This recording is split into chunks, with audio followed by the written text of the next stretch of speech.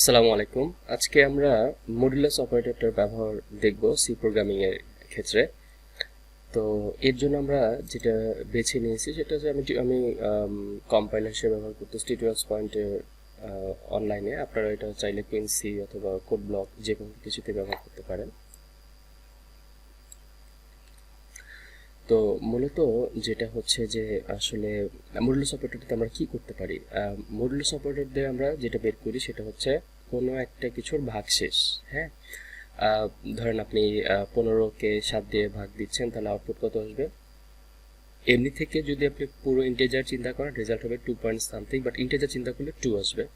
কিন্তু যখন আমরা মডুলাস সাইনটা ইউজ করবো তখন সেখানে আমরা 1 পাবো। মানে যেহেতু 15কে 7 দিয়ে ভাগ দিলে সেখানে আমাদের আসবে 14 আসে, রেজাল্ট হয় 2, কিন্তু বাকি থাকে 1, সেটা ভাগশেষ হিসাবে আমরা পেয়ে যাই। তো মডুলাস ব্যবহার করলে আমরা সেটাই পাবো। তো আমরা দেখি আসলে ব্যাপারটা কীভাবে কাজ করে। আমরা প্রথমে ইন্টিজার ডিক্লেয়ার করলাম এন এবং রেস এবং রেম রিমাইন্ডার। দেন আমরা এন এর ভ্যালু অ্যাসাইন করলাম হচ্ছে 15। তো আমরা এখন দেখব হচ্ছে রেস। রেস কীভাবে দেখবো, রেজাল্ট আমরা দেখবো যে আসলে কত আসে। সেটা হচ্ছে আমরা এন ভাগ দিয়ে আমরা হচ্ছে 7 দিলাম এবং আমরা রিমাইন্ডারের মধ্যে এন মডুলাস সাইন 7 দিলাম। এখন আমরা যেটা করব সেটা হচ্ছে আমরা প্রিন্ট করব দুইটা রেজাল্ট।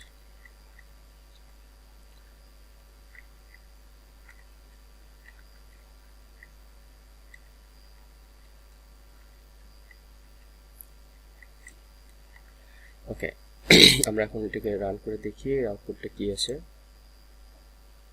হ্যাঁ, 2 এবং আমরা আসলে এখানে বুঝতে পারতেছি না। আমরা যদি আরেকটু সুন্দর করে এটাকে সাজিয়ে লিখে রেজাল্ট ইজ স্ল্যাশ এন দ্বারা মানে হচ্ছে আউটপুটের পরে এটা নতুন একটা লাইনে চলে যাবে।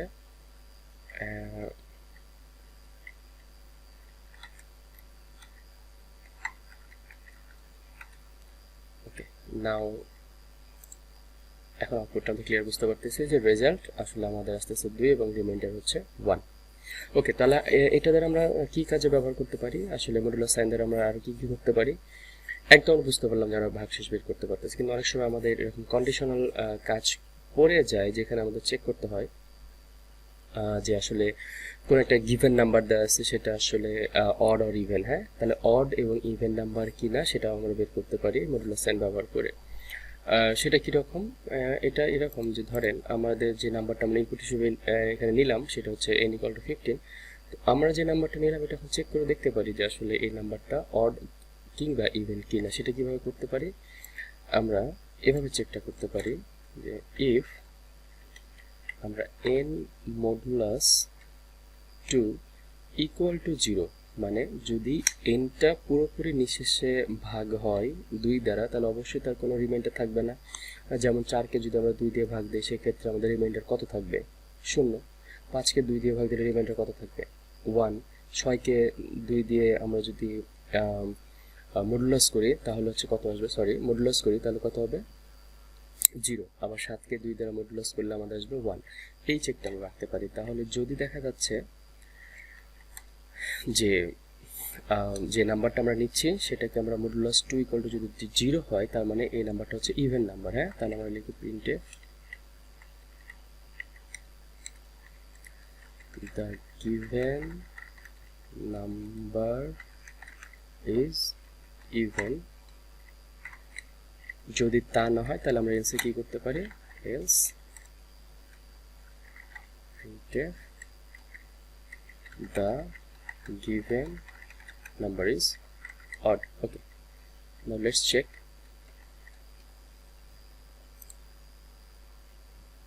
সরি, আমার এখানে একটা ভুল হয়ে গেছে, আমি এখানে সেমিকোলন মিস করছি। হ্যাঁ, the given number is odd 15 odd। আমরা 15কে চেঞ্জ করে যদি আমরা এখানে 14 লিখি the given number is even। ওকে, আমরা আসলে মডুলাস সাইন ব্যবহার করে এই কাজটা করতে পারি। আর কি করতে পারি, আর একটা খুব কমন প্রবলেম আমরা সলভ করতে পারি, সেটা হচ্ছে যে আমাকে যে কোনো একটা বছর দেওয়া হবে, আমাকে বলবে যে এই বছরটা লিপ ইয়ার কিনা সেটা আমাকে চেক করার ক্ষেত্রে। তো আমরা জানি লিপ ইয়ার নর্মালি সবসময় 4 বছর পর পরই হয়। এখন আমরা তাহলে একবারেই বলে দিতে পারি যে কোনো একটা নাম্বার বা কোনো একটা সাল বা ইয়ার যেটা দিবে আমাকে সেটা 4 দিয়ে যদি ভাগ যায় তাহলে সেটা হচ্ছে লিপ ইয়ার, কিন্তু আসলে বাস্তবতা সেরকম না। লিপ ইয়ারটা কেন হয় আমরা সবাই জানি যে আসলে আমরা যে 365 দিন ধরি, আসলে 365 দিন না, আমাদের আরেকটা একটু সময় বেশি থাকে, প্রতি বছর কিছুটা সময় বেশি থাকে। তো 4 বছর পরে ওই সময়টা যে বেশি হয়ে যায় তা মিলে মোটামুটি একদিনের কাছাকাছি হয়ে যায়। একদিনের কাছাকাছি হয়ে যায়, সেখানে আমরা ফেব্রুয়ারি মাসে আমরা 29টা দিন পেয়ে যাই। নর্মাল সময় আমরা কতটা পাই? 28 দিন পাই ফেব্রুয়ারি মাসে। তো আপনার ফার্স্ট কন্ডিশন কি থাকলো? সেটা হচ্ছে যে আমরা দেখব যে আসলে নাম্বারটা 4 দিয়ে ভাগ যাচ্ছে কি না। কিন্তু শুধু কি 4 দিয়ে ভাগ গেলেই কি আসলে লিপ ইয়ার? যেমন 2000 সাল বা 2100 সাল, 2100 সালটা কি লিপ ইয়ার হবে কিনা, এই যে একটা ব্যাপার। এখন আসলে আমাকে চেক করতে হবে যে আরো কোনো কন্ডিশন আছে কিনা। এখন যে ব্যাপারটা দাঁড়াচ্ছে যে লিপ ইয়ার বের করার ক্ষেত্রে আমাদের কন্ডিশন হচ্ছে যে অবশ্যই 4 দিয়ে ভাগ যেতে হবে, কিন্তু 100 দিয়ে ভাগ যাওয়া যাবে না। মানে যে আমাকে ইয়ারটা দেওয়া হবে সেই ইয়ারটা আবার 100 দিয়ে ভাগ যাওয়া যাবে না। এর কথা হচ্ছে কেন 100 দিয়ে ভাগ দিলে যদি যায় সে নিঃশেষে ভাগ হয়ে যায়, তাহলে কেন সেটা লিপ ইয়ার না? লিপ ইয়ার না এর কারণটা হচ্ছে এই যে আমরা প্রতি 4 বছর পর পর একটা করে দিন এক্সট্রা নিচ্ছি, এই এক্সট্রা দিনটা কিন্তু আবার কমপ্লিট 24 ঘন্টা হয় না, 24 ঘন্টার কিছুটা কম সময় থাকে। এই কম সময়টা আবার পুরো 100 বছর যখন আমরা লিপ ইয়ার পালন করি 100 বছর ধরে, এই 100 বছরের মধ্যে আবার ওই একটা দিন বেশি নিয়ে ফেলি আমরা। মানে ওই প্রতি বছরে 24 ঘন্টার জায়গায় একটু কম থাকে, এই কমগুলো জমতে জমতে জমতে 100 বছর পরে গিয়ে ওটা দেখা যায় একটা ফুল ডে কম হয়ে যায়। সে কারণে প্রতি 100 বছরে আমরা আবার লিপ ইয়ার পালন করি না। ওকে, তার মানে দাঁড়াচ্ছে কন্ডিশন হচ্ছে 4 দিয়ে ভাগ যাবে কিন্তু 100 দিয়ে ভাগ যাবে না। আবার যদি কোনো নাম্বার শুধু 400 দিয়ে টোটালি ভাগ যায় তাহলে নিঃশেষে ভাগ হয়, তাহলে সেটাও লিপ ইয়ার। কারণ 400-র মধ্যে আমরা 100 পাচ্ছি, 4 পাচ্ছি, 400 বছর আবার ওটা রিপিট হয়ে যায়।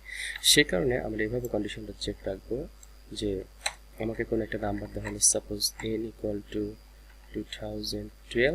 আমরা চেক রাখবো এরকম যে ইফ আমার যে নাম্বারটা দেয়া আছে সেটা যদি 400 দিয়ে ভাগ যায়, মডুলাস আমি দিলাম, সরি, 400 দিয়ে যদি মডুলাস করার ফলে আমাদের 0 আসে, আমরা লিখে দিব printf the given year is a leap year।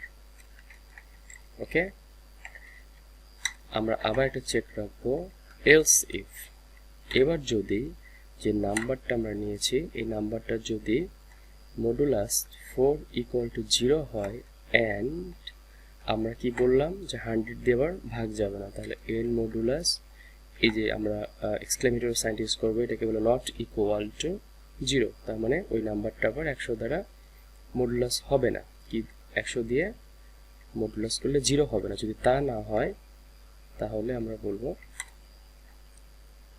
এই নাম্বারটা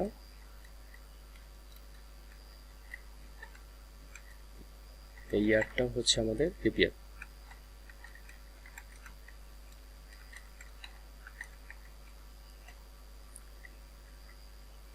স্ল্যাশ ইউজ করি, যদি এলস একটা দিয়ে দিই আমরা যে please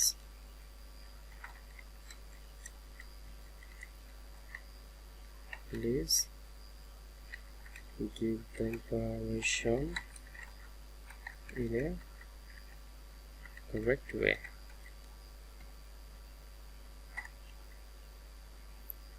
Okay, now let's run this। ওকে, আমাদের একটা ভুল আসছে।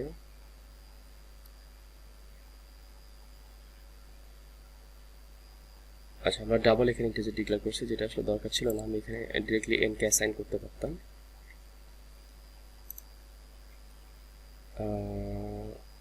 as expected, okay, semicolon here, Mr. sorry, now this, okay, the given year is a leap year। Okay, now change this to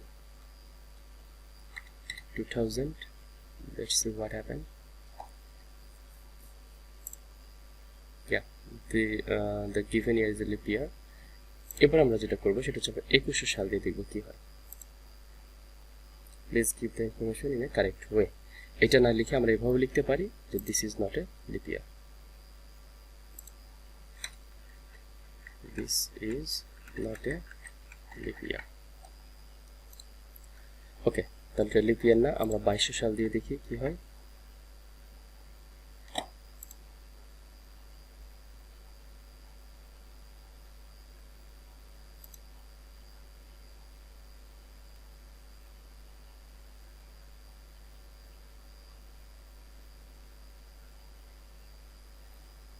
problem হচ্ছে, আমরা রিলোড করি এটা।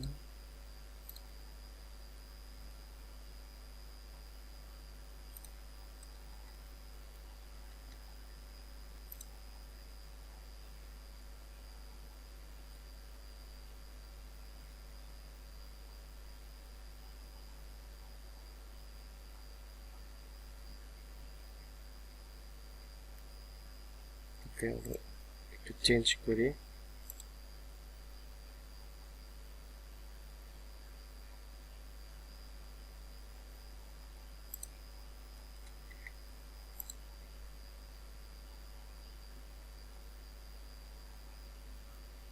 ওকে, অ্যাকচুয়ালি আই থিঙ্ক একটু আমার নেটের প্রবলেম ছিল। এটা হচ্ছে একটা লিপ ইয়ার দেখাচ্ছে, আমরা 2200 সাল চেক করতে চাচ্ছিলাম। Yeah, this is not a leap year. আমরা এরপর দেখি 2300 তে কি হয়। This is not a leap year. Now 24. Yeah, the given year is a leap year. So this is how we can use modulus operator to check whether a given year is leap year or not. Thank you all for watching this video.